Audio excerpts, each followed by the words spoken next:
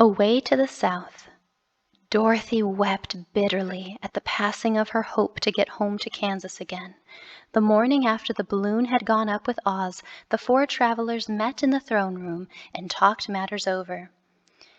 "If Dorothy would only be contented to live in the Emerald City," said the Scarecrow, "we might all be happy together." "But I don't want to live here," cried Dorothy. "I want to go to Kansas and live with Aunt Em and Uncle Henry." The Scarecrow thought so hard that the pins and needles began to stick out of his brains. Finally he said, "Why not call the winged monkeys and ask them to carry you over the desert?" "I never thought of that," said Dorothy joyfully. She put on the golden cap and spoke the magic words, and soon the band of winged monkeys flew in through the open window and stood beside her. "This is the second time you have called us," said the Monkey King, bowing before the little girl. "What do you wish?" "I want you to fly me to Kansas," said Dorothy. But the Monkey King shook his head. "That cannot be done. We belong to this country alone and cannot leave it. We shall be glad to serve you in any way in our power, but we cannot cross the desert." And with another bow, the Monkey King spread his wings and flew away, followed by all his band. Dorothy was ready to cry with disappointment. The Scarecrow was thinking again, and his head bulged out so horribly that Dorothy feared it would burst. "Let us call in the soldier with the green whiskers," he said, "and ask his advice."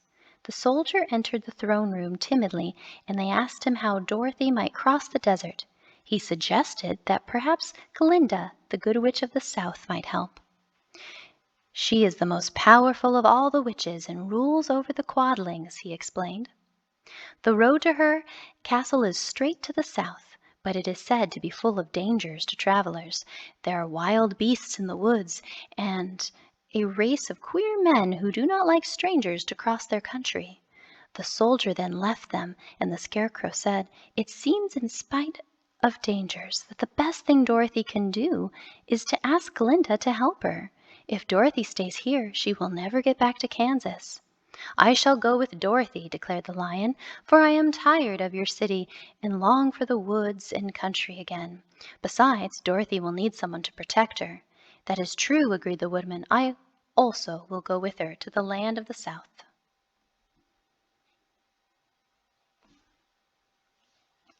"When shall we start?" asked the Scarecrow. Are you going?" they asked in surprise. "Certainly. If it wasn't for Dorothy, I should never have had brains. We shall go tomorrow morning," he said. "So now let us all get ready, for it will be a long journey." The next morning they all shook hands with the soldier with the green whiskers, who had walked with them as far as the gate.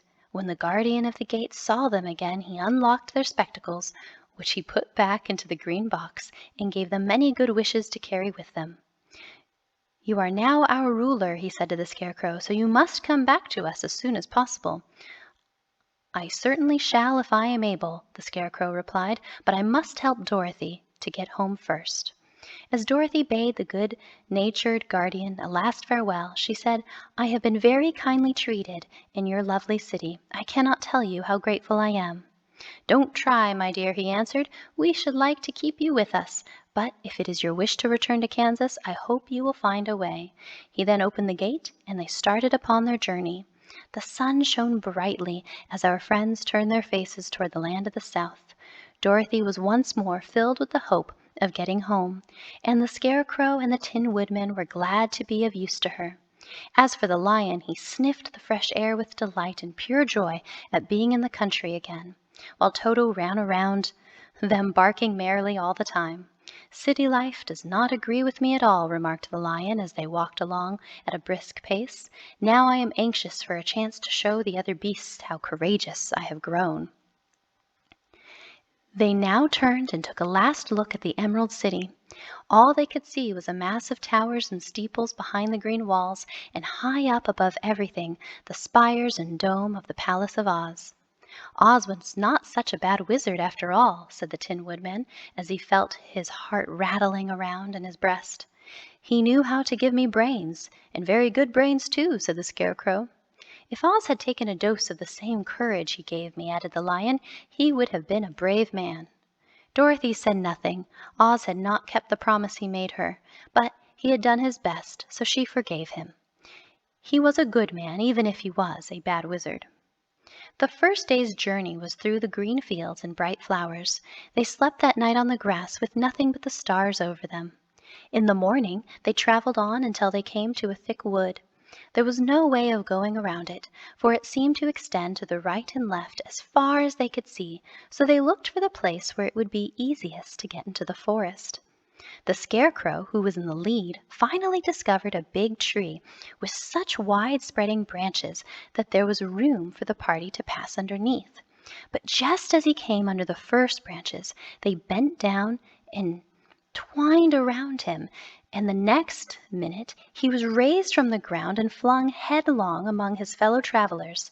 This did not hurt the Scarecrow, but he looked rather dizzy when Dorothy picked him up. "Here is another space between the trees," called the Lion. "Let me try it first," said the Scarecrow, "for it doesn't hurt me to get thrown about." He walked up another tree, but its branches immediately seized him and tossed him back again. "This is strange," exclaimed Dorothy. "What shall we do?" "The trees seem to have made up their mind to stop our journey," remarked the Lion. "I believe I will try it myself," said the Woodman, and shouldering his axe, he marched up to the first tree that had handled the Scarecrow so roughly. When he cut it in two, at once the tree began shaking all its branches as if in pain, and the Tin Woodman passed safely under it. "Come on," he shouted to the others. "Be quick!" They all ran forward and passed under the tree without injury. The other trees of the forest did nothing to keep them back, so they made up their minds that only the first row of trees could bend down their branches, and that probably these were given this wonderful power in order to keep strangers out of it. They kept along the well-trodden path until they came to an opening in the wood in which there were gathered hundreds of beasts in every variety.